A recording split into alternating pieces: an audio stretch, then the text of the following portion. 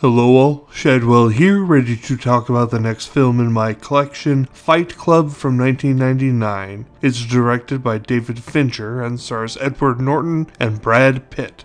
The first rule of reviewing Fight Club is you don't reveal the ending of Fight Club. The second rule of reviewing Fight Club is you do not reveal the ending of Fight Club. So as you can guess, this is going to be a spoiler-free review of Fight Club. Enjoy!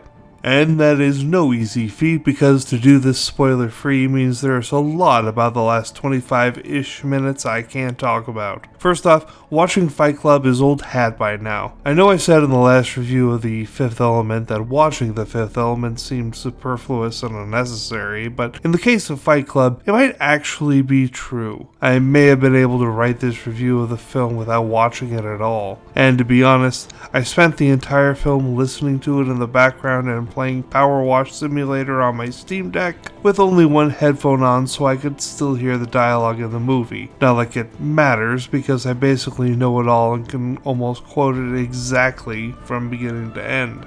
And I know I've said that for some movies before, like Clue is an example that comes to mind, but with Fight Club, I'm able to do it better than with any other movie. Perhaps it's because my friend TJ and I wrote a scene-by-scene parody of Fight Club back in 2001, and we needed to know the source material very well in order to write the parody. I still have that script somewhere on a flash drive, and it'd be funny to take a look at it now. Of course, finding it would be a hassle. Anyway, I love this movie, and do I think it's a little gay, at least the first half of it before Project Mayhem starts up? You're darn tootin' I think Fight Club is more than a little gay, and that's gonna piss some people off, but come on. You've got Edward Norton and Brad Pitt self-described as Ozzy and Harriet, all this talk about no shirts for fights, Edward Norton hitting up Brad Pitt for a place to stay after meeting him once. There's a lot of gay subtext going on in Fight Club, and I am not complaining about it. Then comes Marla and fucks everything up,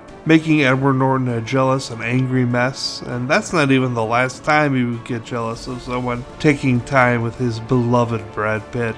Sorry, I'm starting to run out of time for this review because I wasn't sure how I was going to write it spoiler-free, and I think I accomplished the task better than Rosie O'Donnell did. Long story. Anyway, Fight Club is immaculate, and so is getting an A+ out of me because I'm just a space monkey ready to be shot into space. Space monkey.